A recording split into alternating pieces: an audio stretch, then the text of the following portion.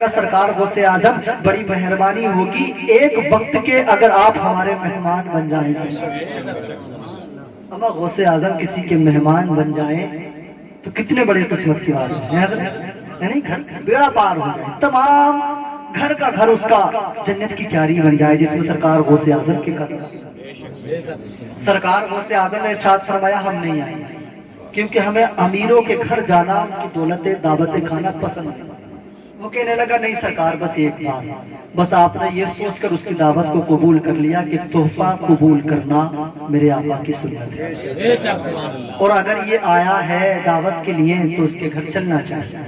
آپ نے کہا ٹھیک ہے وقت پر بتائیں، ہم آئیں گے، اپنے ساتھ اکیلے آئیں اپنے مریدوں کو بھی ساتھ لے کے آئیں۔ وہ کہنے لگے آپ اپنے مریدوں کو بھی ساتھ لے آئیں۔ آپ نے کچھ مرید اپنے ساتھ لے لیے، وقت مقررہ پر اس کے یہاں پر آپ کھانا تناول فرمانے پہنچ گئے۔ آپ جیسے ہی کھانا تناول فرمانے کے لیے اس کے مکان پر پہنچے، اس نے دسترخوان سجایا، طرح طرح کے کھانے دسترخوان پہ رکھے تھے۔ آپ جو ہے نا دسترخوان سے پہلے، آپ کے یہاں بھی کوئی مہمان آتا ہے تو پہلے ہوتا ہے نا کہ بھئی چلو ہاتھ دھلوا دو مہمان کے، ٹنکی کا انتظام ہے آج کل گھروں میں کہ جائیے وہ ہے وہاں پر دھو لیجئے۔ لوگ جو ہے ساتھ ساتھ رہتے ہیں کہ بھئی ہمارا مہمان ہے، اگر کوئی زیادہ قریب مہمان ہو نا تو صابن بھی ساتھ ساتھ جایا کرتا ہے، کوئی زیادہ قریب مہمان ہو تو ٹیبل یعنی تولیہ بھی ساتھ ساتھ جایا کرتی ہے، یعنی جیسا جو لیول کا مہمان ہوتا ہے اسی کے تعلق سے ہم پیش آیا کرتے ہیں۔ تو سرکار غوث اعظم اپنے وقت کے بہت بڑے ولی کا نام ہے، اپنے وقت کے نہیں بلکہ ساری دنیا میں جتنے بھی ولی ہیں سب کو آپ ہی کے در سے ولایت کا مقام ملا کرتا ہے۔ جب تک آپ نہیں چاہتے کوئی ولی نہیں بنتا، بلکہ ولی تو بہت بڑی بات ہے۔ میں تو کہتا ہوں سرکار غوث اعظم کہتے ہیں کہ جب تک میں نہیں چاہوں تو سورج بھی نہیں نکل کے آتا ہے، جب تک میں اجازت نہیں دے دوں تو سورج چھپتا بھی نہیں ہے، یعنی آتا بھی ان کی مرضی سے ہے اور جاتا بھی۔ اس ذات کا نام ہے سرکار غوث اعظم۔ آپ جیسے ہی مہمان کے یہاں پر، آپ جیسے ہی اپنے میزبان کے یہاں پر گئے، دسترخوان سجا تھا، کھانے کے لیے تیاری تھی، آپ کے وہ ہاتھ دھلوانے کے لیے لے کر کے چلا، آپ ہاتھ دھونے کے لیے لے کر چلے۔ آپ جیسے ہی ہاتھ دھونے کے لیے گئے تو اب یہ جو تھا نا اس کا جو چاہنے والا جو تھا سرکار غوث اعظم کا، یہ ایک لوٹے میں پانی لے کے آیا۔ سرکار غوث اعظم رضی اللہ تعالیٰ عنہ کے ہاتھوں پہ پانی ڈالنے لگا۔ اس نے ایک لوٹا ڈال دیا، سرکار غوث اعظم کی آنکھیں بند ہیں۔ آپ نے ارشاد فرمایا پانی اور لے کے آؤ، ابھی ہاتھ نہیں۔ اب یہ حیرت میں تو تھا کہ ایک لوٹے میں ہاتھ نہیں دھلے، مگر کرتا کیا، بلا کے لایا۔ پھر چلا گیا، دوسرا لوٹا بھر کے لے کے آیا، ہاتھوں پہ ڈالتا رہا۔ سرکار غوث اعظم اپنی آنکھوں کو بند کر کے کچھ پڑھتے رہے۔ اس نے لانے کے بعد آپ کے ہاتھوں پہ پانی ڈالا، پورا لوٹا ڈال دیا۔ آپ نے کہا ابھی اور لے کے آؤ، ابھی ہاتھ نہیں دھلے۔ دو لوٹے ڈل گئے، دو کہ بھی اور لے کے آؤ، ہاتھ نہیں دھلے۔ یہ پھر گیا، لے کے ایک لوٹا اور آیا، سوچنے لگا اب تو تیسرا ہے، اب کی بار تو دھل ہی جائے گا۔ جیسے ہی تیسرا لوٹا ڈال کر کے نپٹا، آپ نے ارشاد فرمایا ابھی ہمارے ہاتھ نہیں دھلے، جاؤ ایک لوٹا اور لے کے آؤ۔ اما یہ سوچنے لگا کہ بعض لوگ تو ٹھنڈ کے موسم میں، دسمبر کے مہینے میں 3 لوٹوں میں نہا لیتے ہیں، ایک ادھر سے ڈالا، ایک ادھر سے ڈالا، ایک سر سے ڈالا، بس ہو گیا، چلو وہ جلدی کپڑا پہنو اور جمعہ پڑھنے چلے۔ تو بعض لوگ تو نہا لیا کرتے، مگر یہ حیرت میں ہے کہ 3 لوٹے ڈال دیے، ابھی ہاتھ ہی نہیں دھلے۔ کرتا تو کیا کرتا، تھوڑا گیا، دوبارہ پانی لے کے آیا، لانے کے بعد میں ہاتھوں پہ ڈالنے لگا۔ آپ کی آنکھیں بند ہیں، آپ کچھ پڑھ نہیں۔ ابھی اس نے دیکھا کہ اب کی بار تو دھل جائیں گے، مگر آپ نے کہا کہ نہیں جاؤ، ابھی ایک لوٹا اور لے کے آؤ۔ یہ 5واں لوٹا بھرنے کے لیے لے کر کے گئے، جیسے ہی 5واں لوٹا بھر کے لے کے آیا، آپ کے ہاتھوں پہ ڈال رہا تھا، سوچنے لگا اب کی بار تو ضرور ہی دھل جائیں گے۔ 5واں لوٹا ہے، 5واں لوٹا جب ڈال کے آپ کے ہاتھوں پہ نپٹا تو آپ نے ارشاد فرمایا ٹھیک ہے رہنے دو، میرے ہاتھ دھل گئے۔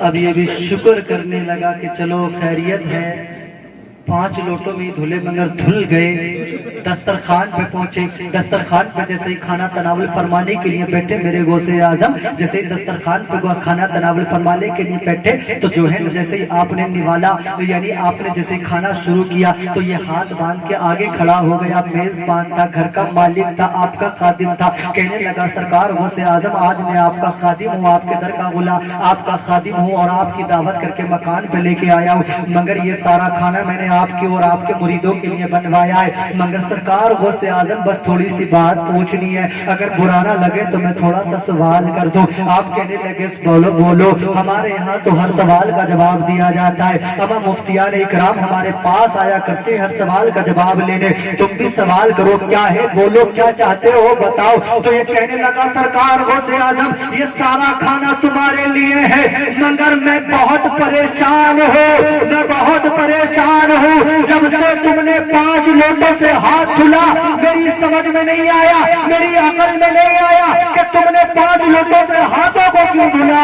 تو قسم خدا کی سرکار غوث اعظم کا جواب سنے، سرکار غوث اعظم کی انجمن سجانے والوں، سرکار غوث پاک کی انجمن میں آنے والوں، سرکار غوث اعظم نے ارشاد فرمایا تھا کہ سن سن، ہم جس کے مکان پہ کھانا کھانے جاتے ہیں تو جاتے تو اس کے مکان پہ ہیں اور کھاتے اپنے رب کی مرضی سے ہیں۔ ہم جب تیرے مکان پہ پہنچے، ہم نے تیرے مکان پہ جانے کے بعد اپنی آنکھوں کو بند کیا، آنکھیں بند کرنے کے بعد میں نے لوہے محفوظ کا دیدار کیا، میں نے دیکھا کہ میں جس کے مکان پہ آیا ہوں وہ جنتی ہے یا جہنمی، جنتی ہے یا جہنمی۔